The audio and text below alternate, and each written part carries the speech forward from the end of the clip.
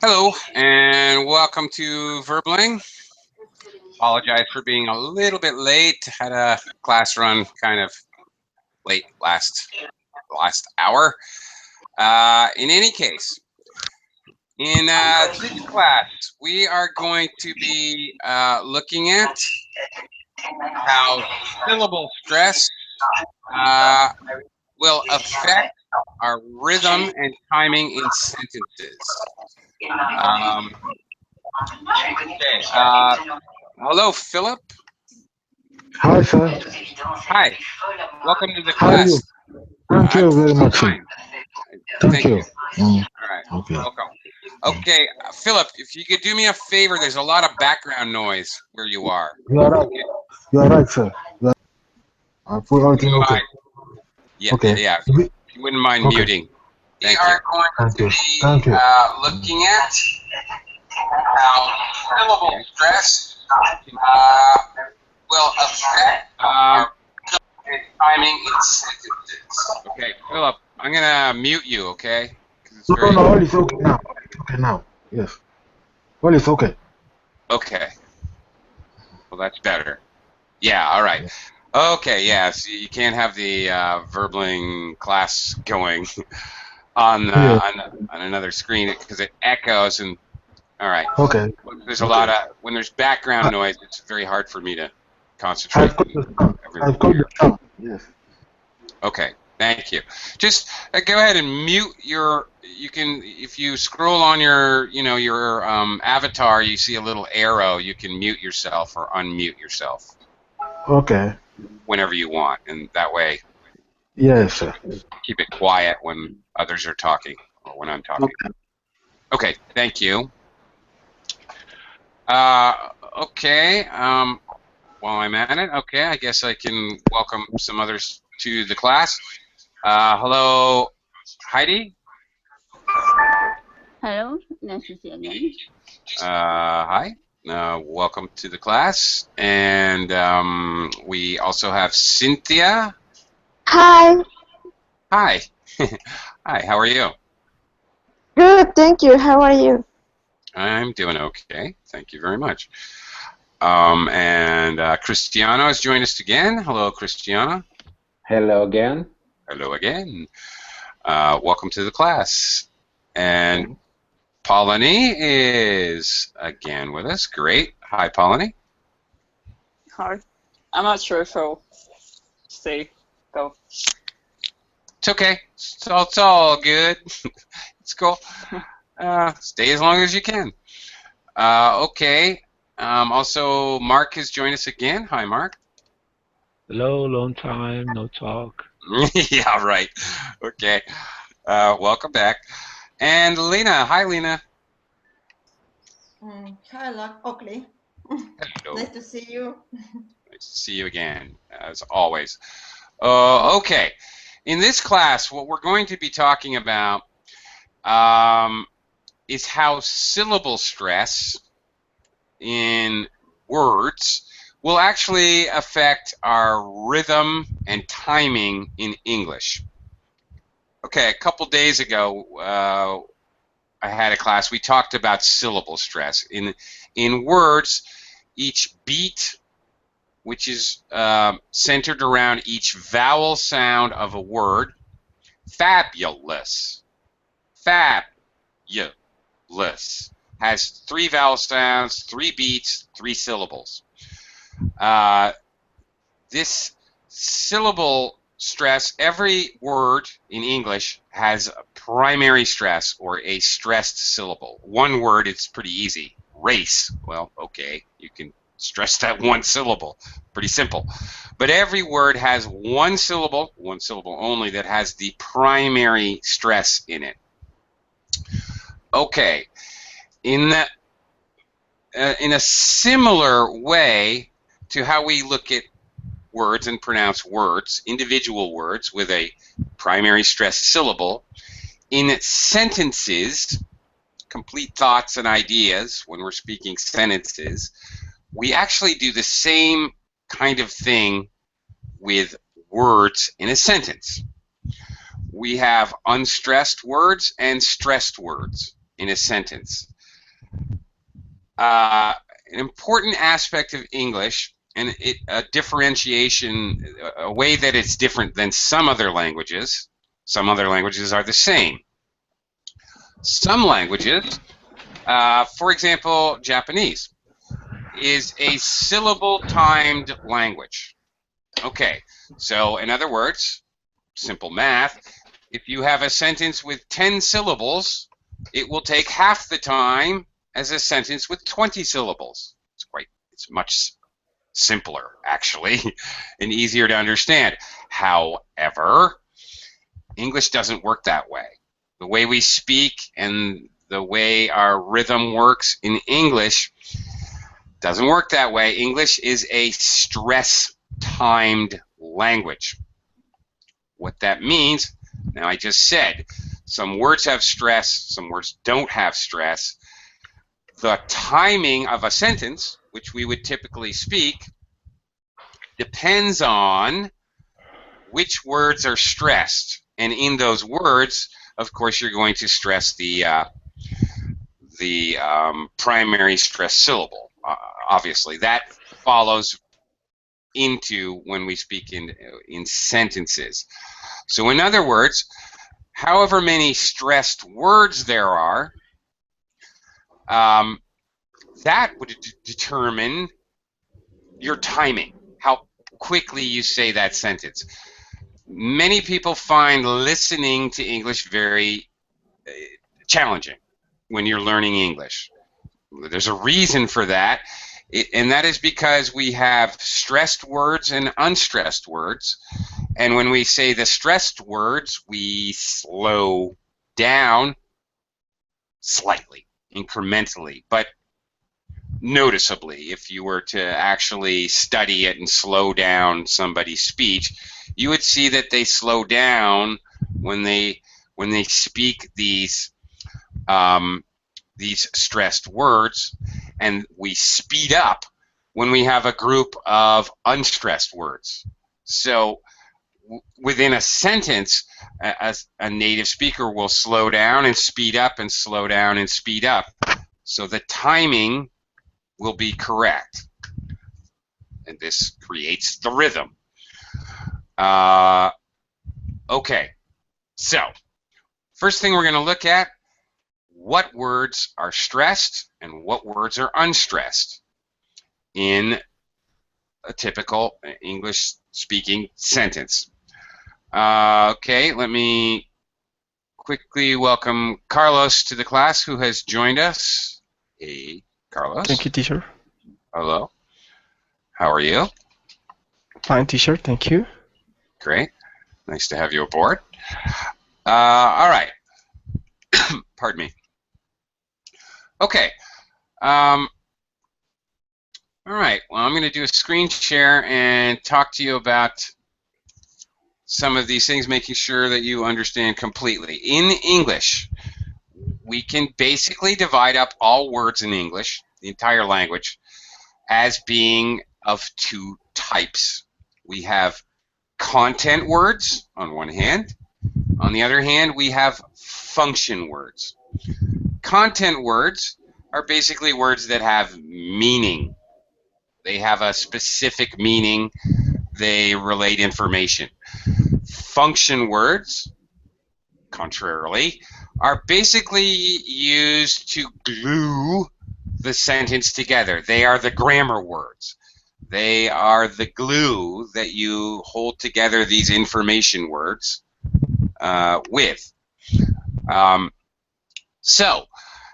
In other words, the stressed words are going to be the content words, and the unstressed words are going to be the function words. Stressed words are going to be pronounced carefully and completely. Our function words are very commonly reduced. Reduced pronunciation, sometimes even dropped. Dropped letters, dropped syllables, dropped sounds, even entire dropped words, so that we can say them very quickly. we use short vowel sounds instead of long vowel sounds so that we can zip through them really fast. If you're not fully catching what I'm saying, we're going to do some practice and you'll get the idea. First, let's talk about content words, and I'm going to ask for your help a little bit. Okay, we have examples. The basic 4 types of words, content words, are nouns, verbs, adjectives, and adverbs. Philip, nouns, like kitchen, Peter. What do nouns do? What are nouns? The 2 are nouns, but the proper noun is Peter. Yeah, okay. Proper noun is Peter, that's right. So nouns tell us information, okay, a person, a place, a thing, or sometimes an idea or concept like freedom. Okay, all right. Okay, those are nouns. Right. Okay, our second type of content word are verbs. Heidi, what do verbs do? The verbs do and describe the action. Primarily, yeah. We have dynamic verbs that describe an action. There are also what are called stative verbs that describe a state. Okay, like the sky is blue. That's the state the sky is in. That's the state of its existence. So yeah, that's it. Okay. All right, moving on.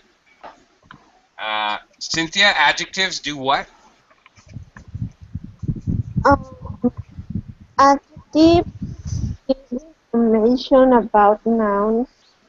Yeah, okay. They give information about nouns or they modify the nouns. Perfect. That's it. Exactly. Adverbs are a bit more versatile. Cristiano, what do adverbs do? Adverbs, it's modify verbs. What's that? They modify verbs. Okay, yes, that's correct. Mm-hmm. They can also modify adjectives. Okay. Right. Increasingly interesting. Okay. Understand. Right. Or okay. Or they can modify other adverbs. Very often, for example. Yeah. Right. So they have more purposes. Now, in addition, these are obviously easily definable as content words. Okay. But if we're thinking about words that are normally stressed in sentences, I want to add to our list because that's our primary goal today is to learn which words are normally stressed in sentences and which are not. I'm going to add some more. The first one, demonstratives. Which I misspelled. Okay. Bear with me.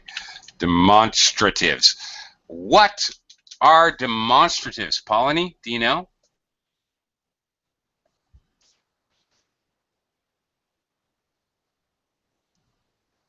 Pauline? Are you here? Yeah. Wait, sorry. Okay. Do you have any idea what demonstratives are? Like a verb or something? Something that's used to demonstrate something? Well, a good guess. All right. Things like this pencil, that piece of cheese. Those people are idiots. Okay. These are wait. So there's like also possessive ones, like mine. Ah, well, we'll get to those later. You're right, demonstratives do include possessive pronouns. You are correct. But these specific demonstratives, which are just known as demonstratives. We have other names for pronouns and articles and other things which are considered demonstratives. They function a little bit like adjectives, but these specific ones, this, that, those, these, are stressed when we say them. That guy's an idiot. Those people are so stupid. Notice when I say these sentences, I really stress them. I highlight them. You hear them louder, higher pitch, better pronounced. These apples are disgusting. Okay, so this group of demonstratives are generally speaking always highlighted or stressed. Another type of word that is actually stressed normally, again normally, there are exceptions, but normally, are interrogatives. Mark, can you give me examples of interrogatives? Who, what, when, where. You got it. That's it. Also, the phrasal interrogatives: how much, how long, How many. how many. You got it. That's it. These are normally stressed when we speak English. What are you doing over there? When are you going to get here? You notice that they're spoken louder, clearer, more pronounced sound. Okay. And one more I'm going to add, because what we're really concerned about is the stressed words. Another type of word that I have to add to my list here are negatives. We stress negatives to differentiate them from positives. For example, there's really a big difference between can and can't.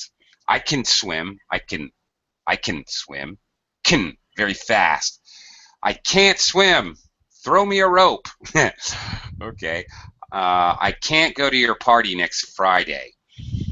All right. We tend to use a higher pitch and stretch the vowel and, well, do those things which we do when we stress syllables and we stress words. We say them louder. We stretch the vowel, we fully pronounce the vowel, and we use a higher pitch. I can't go to your party on Friday. Okay. Obviously, words like, well, it's very obvious: no, never, and any of the contracted forms: don't, can't, won't, mustn't. Okay. Negative contractions of modals. All of those are normally stressed. Hey, teacher, and about neither. About neither, what? Neither is the same in negative? Neither. Yeah. Neither Paul nor Peter can come. Neither Paul nor Peter can come. I think so. Okay. Yeah. I'd throw that in the list. Why not? Absolutely. I think we can go pretty broad on the negatives. All right, let's talk function words. Other determiners. Okay. To include, well, we already talked about it, but there's a lot of different types of determiners, but to include articles, specifically, or quantifiers, some, a few, okay, are also determiners. Determiners kind of show which one or how many. Are also going to, these are going to be non-stressed words, these function words. We underpronounce them frequently. Okay, auxiliary verbs. Lena, what do auxiliary verbs do? Here you see example. Don't, am, can, were. Okay. This word help to definite to describe the time, maybe this Yeah. time, maybe. Is it present tense or is it perfect tense? There you go. Yes, yes, exactly. The key word is help. Auxiliary is another word for help, a more formal word. These are helper verbs, so they help form the verb tenses. You got it. That's right. You're exactly correct. These words are really, and shouldn't be on here because that's a negative. These words are really, really reduced in pronunciation, and frequently they're even used with pronouns to make contracted forms, shortened, reduced forms. Again, that's what we do with non-stressed. We link them together closely with other words, and we reduce the vowel sounds to short sounds, very short, and underpronounced and reduced. Prepositions, okay, very good. Philip, prepositions, what do prepositions do? A preposition is near the verb or the noun to help showing where something. Where, yes, okay. They can show place. We can say on the table. On the table. Yes. Or is opposite to. Right. Opposite to the bank. Yes. Okay. They can show where. They can also show time, place, place, Yes. position, time, sometimes purpose. Yes. I use my pencil for writing. For writing. Notice, I use my pencil for writing. I don't say for writing. I say for. Very okay. So prepositions, also function words. They perform a grammatical function, and they're often reduced. Next one, Heidi, conjunctions. All right. What do conjunctions do, pretty much? Conjunction to connect two sentences. Yep. That's right. Well, they connect two clauses, but yeah, a sentence is an independent clause, but okay, when we add one of these conjunctions to the front of an independent clause, we create a dependent clause, but yeah, so exactly, they connect clauses. That's it. And finally, pronouns. Cynthia here? No. Yes, Cynthia's here. You're here. You are here. Pronouns. Okay. Well, what are pronouns? What are pronouns? Pronouns are the subject in a sentence.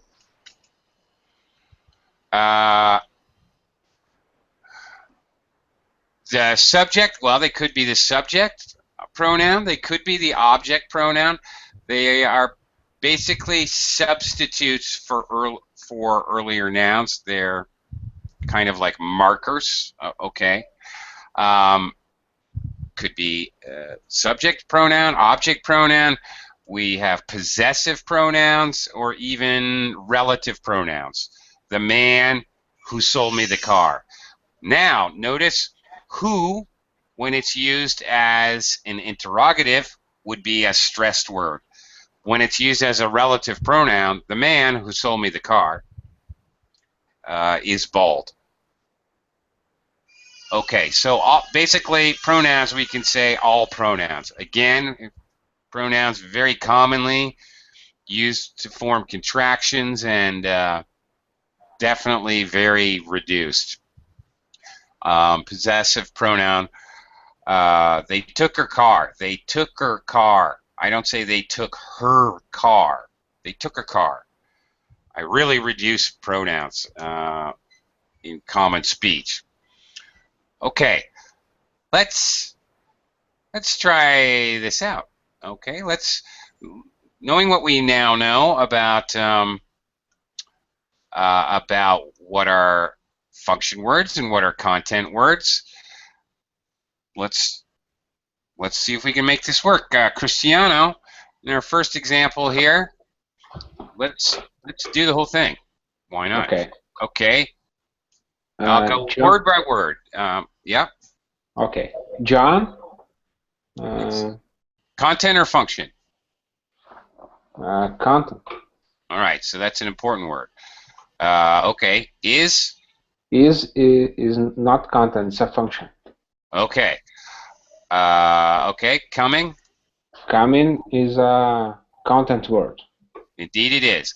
And which A syllable? verb. It is a verb. And which syllable is stressed? Coming. Coming. The first one. There you go. So I'm gonna highlight that first syllable. Okay. All right. Let's continue. Over. Over is a function. It's not content. Right. It's a function word. That's right. It's a preposition. Okay. Tonight. Tonight, the first syllable, it's a content word. Okay. Another a noun. All right. Okay. All right. Let's okay. Let's do the next one here.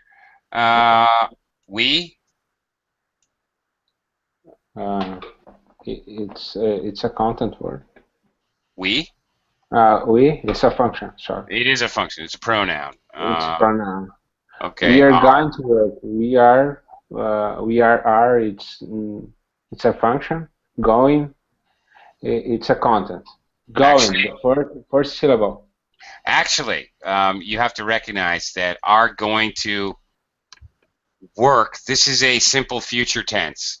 So in this case, are, going, and to are all auxiliary verbs to create simple future tense with your main verb, work. Okay. Are going. It's a function. They're all function words. Are going to. Are going to. Okay. Are going to work. Work. Work is. Sorry, I took the liberty. It's the main verb, so. Sure. It's stressed. Okay. On. It's a function. It is our. Our to. It's a function. Yeah, possessive pronoun. How about homework? Homework. It's a function. Homework. Sorry, it's a content. Well, it is a together. Okay, and the syllable. Homework. The first syllable. Indeed, it's a compound noun. So in fact, home has primary stress very high, and work is very low. Secondary stress. Homework. Okay. Homework. Okay. And last, together. Together is a function. All right. Together. I have a doubt about it. I have a doubt about it too. Okay. Together is an adverb, actually, right? Yeah. Okay. So I think this is actually a content word. Together. Right? Okay. Is it? I think here it's function. I think it has different functions. I think here it's an adverb. Okay, and the gather. Stress syllable. Yeah, you're right. Okay. Look what happens. You can basically take any sentence you can find in the English language, and consistently you're going to see the same kind of thing happen. What happens? You have alternating, because of the construction of English sentences, you have alternating function and content words. Alternating, up and down. You can do this all day long, and you will see the same thing happen over and over again. You end up with stressed words alternating with unstressed words, content words alternating with function words. Okay, Cristiano, brilliant work. Now go ahead and read it for us. Okay. John is coming over tonight. We are going to work on our homework together. Okay, very good. what Cristiano's done by dissecting this and analyzing specifically the syllables which are stressed, he's created a pattern. So when we stress words, we pronounce them louder. We use a higher pitch, and we maybe stretch the vowels a little bit and pronounce them fully, as opposed to very quickly pronounced, even reduced vowel sounds. What happens? What happens because you're going high, low, low, low, high, low, low, high, low, low, high, low, low, high, low, low, high. This creates your rhythm and the rhythm pattern that you hear in English with the up and down of the more or less notes of English. It also creates your timing. We have basically got 1, 2, 3, 4, 5. 1, 2, 3, 4, 5, 6 stressed syllables. Basically, we should be able to say this sentence in the same amount of time duration as any other sentence in English with 6 stressed syllables. Basically, you can do this. You can dissect and analyze sentences and totally figure out the timing. This, again, English is a stress-timed language. So that's the idea here. Let me demonstrate how I would say the sentence. John's coming over tonight. We're gonna work on our homework together. John's coming over. Notice I don't even say is. John's coming over. Over. Very fast. Coming over. Coming over. Coming over. I join these sounds very quickly. We're gonna. Not we are going to. We are going to is 5 syllables. I reduce this to we're gonna. 3 syllables. See what I'm doing? I'm shortening it. I'm crushing it together, joining it very closely together so I can quickly zip through these function words. Honor, not on our, has like 3 syllable sounds. Honor. Instead, I join them closely together and honor. I reduce them to like 2 quick syllables, quick sounds. This is the art of creating rhythm in English. So this is basically how it works. This is how we come up with the rhythm and the timing that sounds natural and normal and fluent in English. When people break up the sounds, John is coming over tonight. We are going to... It actually sounds unnatural for us when we hear English language learners speaking each word pronounced perfectly.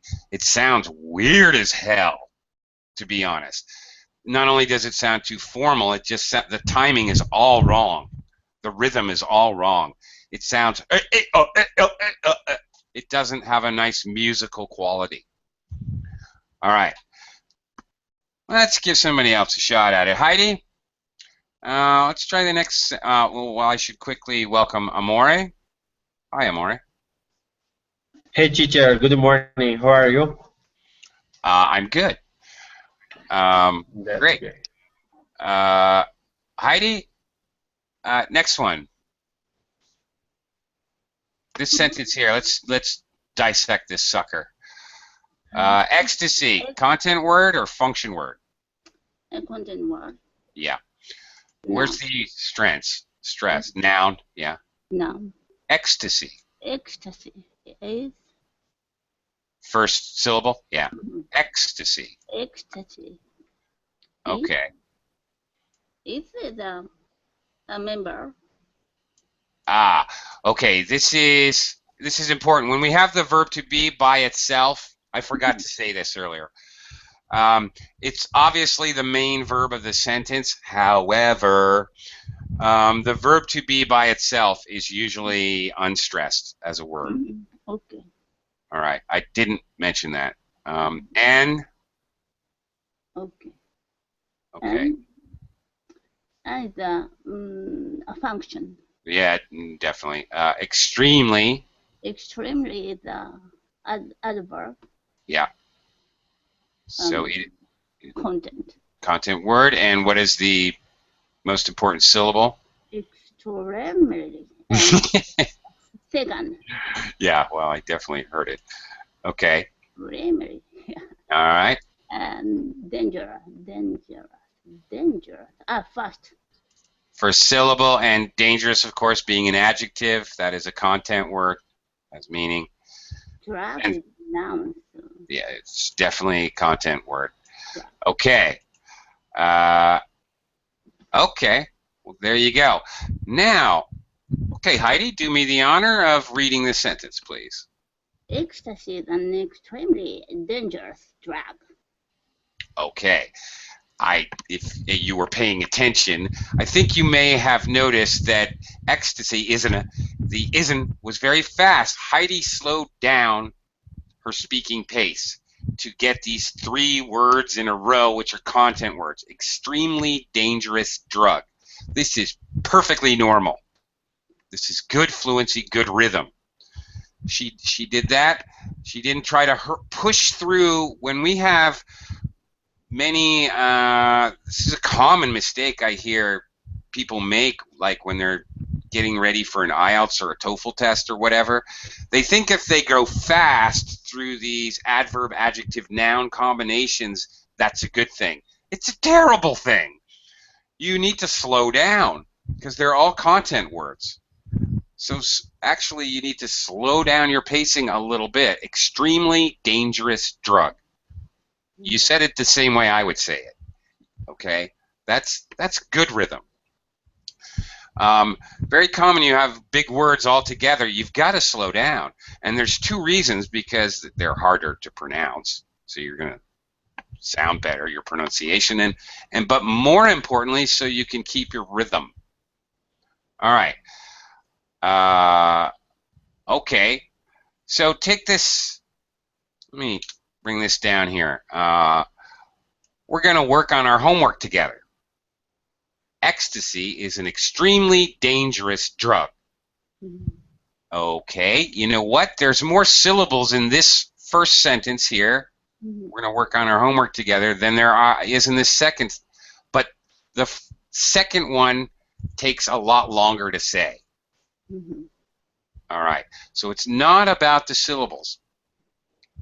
I am going to jump way forward. You guys can play around with these if you want to. But I want to demonstrate what I just said, and I want everybody to try this out. Okay. Cynthia, and in this case, I've got 3 sentences here, which I've taken the liberty of capitalizing the content words for us already. Okay? Notice. First one, 1, 2, 3. 3 content words. And the second one, a lot more syllables, but a lot more content words. 1, 2, 3. Content words. Third one, again, same thing. In reality, for a native speaker, all 3 of these sentences should take roughly the same amount of time to speak as far as timing.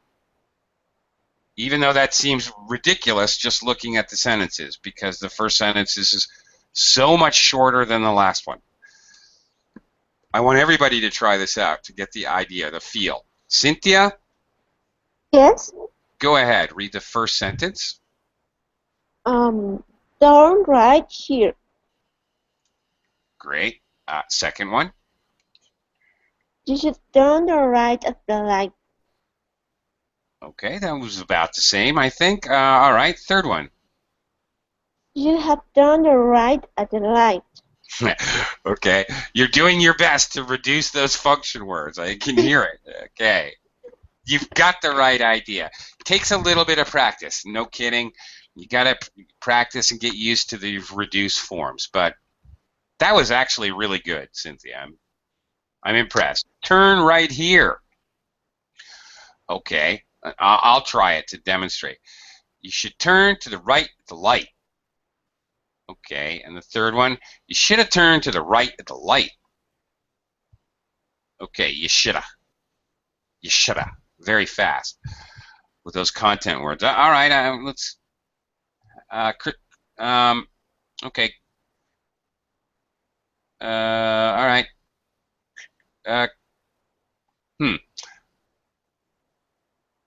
Okay, I'm all out of order here, I think, but whatever. Cristiano, give it a try here. The sentence. First one, yeah. In order. Turn right here. Okay. Second one. You should turn to right at the light. And the third one is you should have turned to the right at light. Okay. You shoulda. You shoulda. You should have turned to the right. To the right. Very fast sounds. You should have turned to the right. The light. All right. You can barely understand this. And this is why some people have problems with listening to English, especially when they're first starting out learning English, because these don't even sound like words. Well, they don't. You shoulda. It doesn't sound like any word. But in real spoken English, that's what it's going to sound like in reality. Okay, Mark, you want to give this a try? Okay. Turn right here. You should turn to the right at light. You should have turned to the right at light. Okay. I think I mispronounced the second one. Atta. Yeah, it takes practice. At the becomes atta. At the light. Mm-hmm. Yeah, it's interesting. We're doing a lot of different things here, really, and I'll be doing some classes next week about doing this kind of thing, how we join words together. This is a key element. Okay. For example, because that's two different sounds. Because I have a T and then I have a TH sound. It's really hard to combine. No. What we do is we basically, instead of putting my tongue fully, out of my mouth where I normally would for the, I'm kind of smashing my tongue up behind, not where I put it for a T either, which is further in my mouth, at. I kind of somewhere in between, like behind my top teeth, and I only pronounce it once, at the. It's not quite a T, and it's not quite a TH either. Okay. I'm like blending those sounds together. At the. That was pretty good. One more time. At the. At the. That's good. That's it. You got it. Right. Okay. Yeah, that's great. So we use a combination of blending the ends of words, these function words, and the beginning of the next function word together to create these kind of connected or joined sounds, right?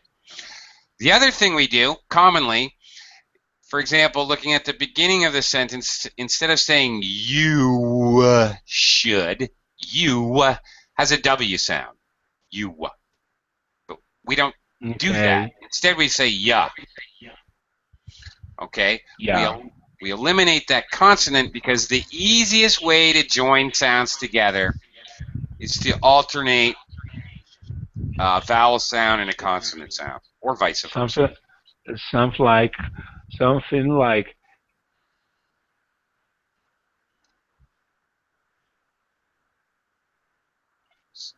What? Something like, did I lose you? You should have. Yeah, you should have. Okay, that you should have. Okay, notice the have. I reduced the have. The entire thing becomes You shoulda. Again, I'm taking that. I'm eliminating that V sound. It becomes a schwa. It becomes a schwa. Precisely. It becomes a schwa. Exactly the same way when we pronounce words and we consider syllable stress, the unstressed syllables become a schwa sound. Precisely. Okay, now it's better. Should have. Right. You should have turned. Should have turned. That's it. It's really the same thing that we do in word syllable stress we do with entire words. We reduce them to a short sound or a schwa, the sound. Yeah. Exactly. We reduce the pronunciation so to better join them. So to create a better rhythm and timing. Yeah. That's it. Melody of the language, the English language. That's it. That's it, man. Okay, I need to give Lena a try here. Lena, your turn to Okay. give this a shot. Turn right here. You should turn to the right at the light. You should have turned to the right at the light. Not bad. All right. Not bad, Lena. Pretty good. Good job. I have repetition. You've been repeating it constantly to yourself? Why? Yes. Yeah, well, that helps. Okay. Well, that does help, actually. You need to practice this stuff. It's not... I know it seems very natural because when you learn English, you learn all the sounds and how to enunciate each phonetic sound. So, of course, what I'm teaching you is to stop doing that. I know it's a little like unlearning. I realize that it's challenging. Okay, Amore, why don't you give it a try here? Yes, turn right here. You should turn it to the right at the light. You should have turned to the right at the light. Okay. Now, Amore, you know, I just, in number 2, I heard that slight you should have turned Turn to the okay. light. Make sure that you don't, this is where if you make the mistake of adding vowel sounds at the end of content words, it can really mess up the rhythm. Okay. Okay, so you got to be careful about doing that. Common problem with Italian native speakers, Spanish speakers a little bit as well sometimes. Got to be very careful of that because what happens is that by adding that extra vowel sound, you're creating more problems for yourself in joining sounds and keeping the rhythm, keeping the pacing as well. You're adding a syllable that doesn't belong there. Really, we try to get rid of as many syllables as we possibly can. We just simply cannot get rid of syllables in the content words. We're certainly not going to try to add syllables. Okay. Philip, your turn. Whoops, whoops, whoops. Yes, sir. Okay. Turn right here. You should turn to the right at light. You should have turned to the right at light. Okay. Pretty good job there, Philip. Pretty good. Of course, rolling your R is going to add turn right here. Sorry. Yeah, it's okay. You did it. Only the first one did you do that, but of course that's going to add extra. Turn to the right at the light. Okay. Yeah, you got it. That was pretty good, and pretty good job reducing the other sounds. All right. Great. Okay. Okay. Can I Heidi? try right? If I say the right, is it so? Right. Right. To the right. To the right. You should to the right at the light. To the right. That's it. To the right. To the right. To the right. Okay. Be careful, Philip. Be careful of 2. Again, 2 really has number 2 pronunciations in English. 2. Okay. Now it depends on what follows it. He's supposed to arrive at 6 o'clock. To arrive. I use that W to arrive to help me join to the A in arrive. He's supposed to arrive at 7 o'clock. However, like in this case, I get rid of the W and I change the O sound to a schwa. Again, a schwa. To the right. To the right. Okay. So it becomes I have to go. I have to go. Not I have to go. I have to go. Okay, thank you. Sure. Heidi, did you have a chance to do this? I can't remember. Not yet. Not yet. All right. Oh, please give it a shot. Turn right here. You should turn to the right at the right. You should have turned to the right at the right. You shoulda. Shoulda, coulda, woulda. Okay. Shoulda. You gotta give it away. Forget about the V in have. Again, just like I mentioned it too, should have. He should have arrived already. Now I will pronounce the V if the next sound is a vowel. He should have arrived already. Should have arrived. However, if it's a consonant, you should have gone.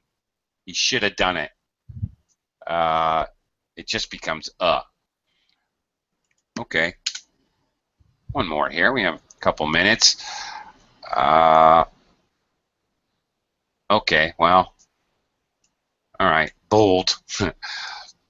With some same thing, but with some words that need syllables, syllable stress. Okay, the first syllable in cities here. All right, and the middle syllable here in assistance. Let's try this one. Let's one more around. Cynthia. Yes. Okay. Let's try this group. 1, 2, 3. Again. Cities need help. Okay. Very good. And next one. Our cities will need our help. Okay. And last one. Our cities will be needing our assistance. Okay. Our, which sounds like two syllables, becomes R. Will becomes O. It gets reduced. Our cities-ol. Cities-ol. The dog will eat the bones. The dog'll eat the bones. The cities-ol. So it becomes very much reduced because cities, the Z consonant sound, we want to have a vowel sound to join it with. The cities-ol.